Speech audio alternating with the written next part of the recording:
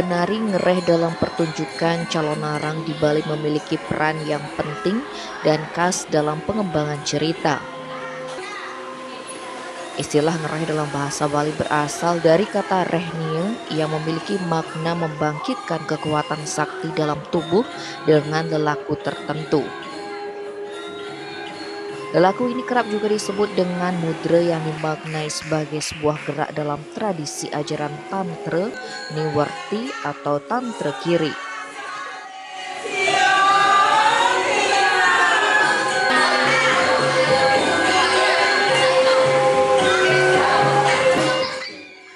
Dalam konteks pertunjukan calon arang, penari ngereh merupakan personifikasi dari para murid tokoh penekun ilmu leak bernama Waluna Tengdirah untuk melaksanakan sebuah misi menghancurkan kerajaan Airlangga.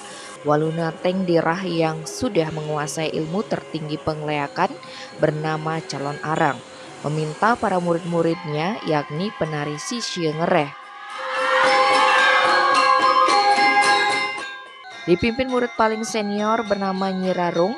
Murid Waluna Tengdirah lainnya seperti Nyi Lenda, Nyi Lendi, Nyi Gendi, Nyi Guyang, Nyi Waksirsa, dan Nyi Manesa Wedana melakukan ritual ngereh sebelum menyerang rakyat kerajaan Airlangga.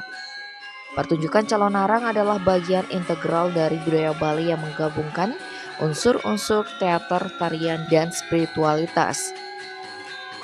Ngereh dalam pertunjukan calon arang merupakan salah satu adegan yang menarik karena syarat dengan kekuatan magis dan adanya kecenderungan pertempuran gaib secara kasat mata dari mereka yang hendak mencoba, istilah Balinya, mintonin pertunjukan tersebut, termasuk para penarinya.